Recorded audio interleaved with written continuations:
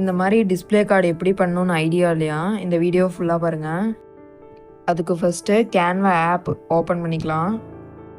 கீழே ஒரு ப்ளஸ் மாதிரி சிம்பிள் இருக்குல்ல, அதை கிளிக் பண்ணிக்கலாம். அதை கிளிக் பண்ணால் கஸ்டம் சைஸ் அப்படின்னு ஒரு ஆப்ஷன் காமிக்கும். இது எதுக்காகனா சைஸ் வந்து நம்ம கஸ்டமைஸ் பண்ணிக்கிறதுக்காக.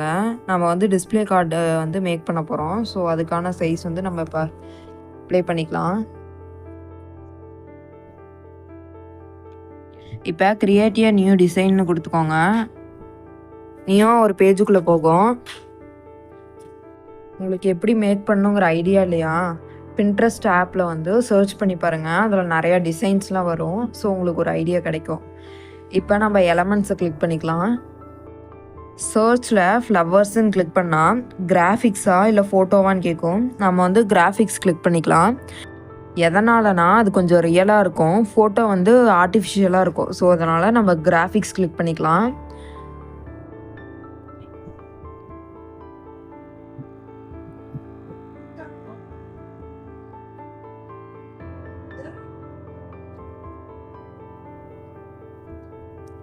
இப்போ நான் ஒரு பிங்க் ஷேர்டில் இருக்க ஃப்ளார் வந்து கிளிக் பண்ணிக்கிறேன்.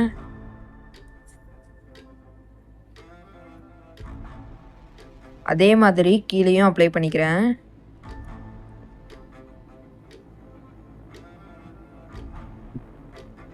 இப்போ திரும்பவும் எலமெண்ட்ஸ்குள்ளே போய்க்கலாம்.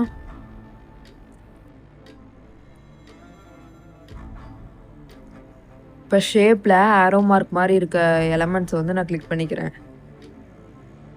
இந்த ஆரோ மார்க் எதுக்குன்னா கிளிப்ஸ் எல்லாம் ஸ்டிக் பண்ணுவோம்ல, ஸோ அதுக்காக தான் இது.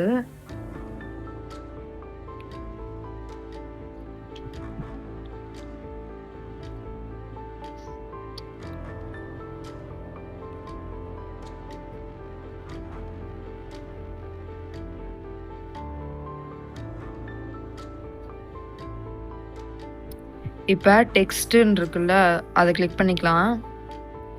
நமக்கு வேணுங்கிற சைஸை பார்த்து கிளிக் பண்ணிக்கோங்க.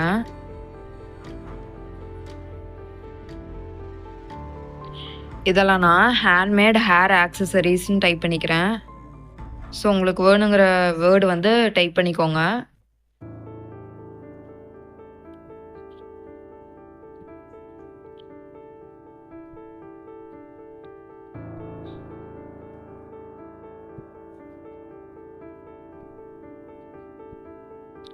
இப்போ நம்ம அந்த வேர்டெல்லாம் அலைன் பண்ணிக்கலாம்.